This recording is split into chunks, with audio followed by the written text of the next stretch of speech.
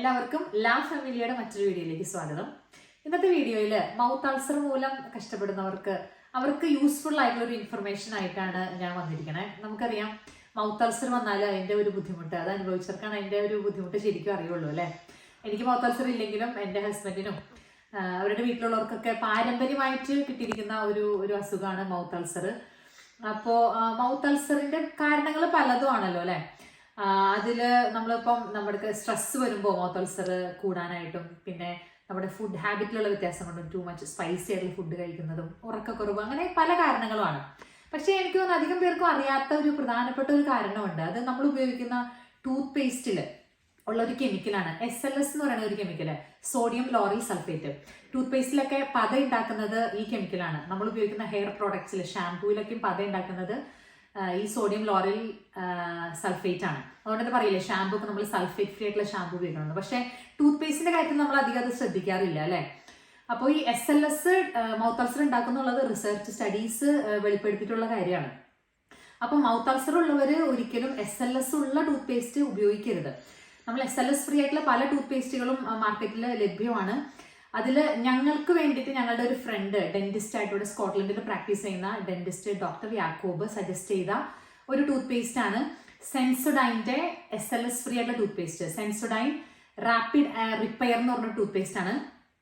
ഇതാണ് Sensodyne repair and protect. ഈ tooth paste എൻ്റെ ഹസ്ബൻഡ് ഉപയോഗിച്ച് കഴിഞ്ഞതിന് ശേഷം ഭയങ്കര വ്യത്യാസം ഫീൽ ചെയ്തു.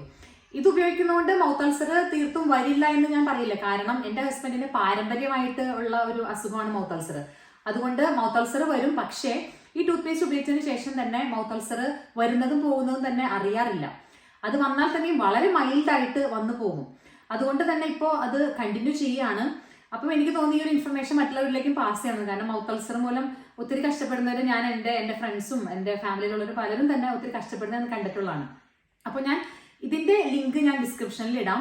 നിങ്ങൾക്ക് SLS ഫ്രീ ആയിട്ടുള്ള മറ്റു പല ടൂത്ത് പേസ്റ്റുകൾ ഉണ്ടെന്ന് പറഞ്ഞല്ലോ, അത് നിങ്ങൾക്ക് ഉപയോഗിച്ച് നോക്കാം. പക്ഷെ ഇത് ഞങ്ങൾക്ക് ഉപയോഗിച്ച് ഇഫക്റ്റീവ് ആണെന്ന് ഞങ്ങളുടെ അനുഭവത്തിൽ ഞങ്ങൾ മനസ്സിലാക്കിയ ഒരു കാര്യമാണ്. മാത്രമല്ല ഇവിടെ ഒരു ഡെന്റിസ്റ്റ് ഞങ്ങൾക്ക് സജസ്റ്റ് ചെയ്തതാണ്.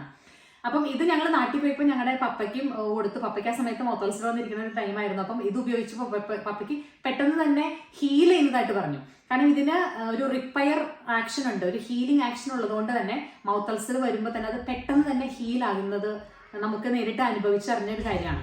ടൂത്ത് പേസ്റ്റ് ഉപയോഗിക്കുമ്പോൾ 2-3 പ്രാവശ്യം ഉപയോഗിക്കാൻ പറ്റുവാണെങ്കിൽ അത്രയും നല്ലത്.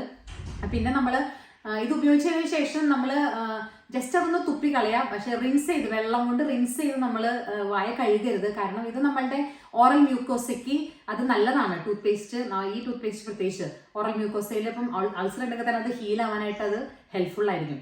അതുകൊണ്ട് ഇത് ഉപയോഗിച്ച് നോക്കുക. ഉപയോഗിച്ച് നോക്കിയിട്ട് നിങ്ങൾക്ക് അഭിപ്രായം കമന്റിലൂടെ അറിയിക്കാം. എല്ലാവരും ആദ്യമായിട്ടാണ് വീഡിയോ കാണുന്നതെങ്കിൽ video please like, share and subscribe and support my channel. Thank you.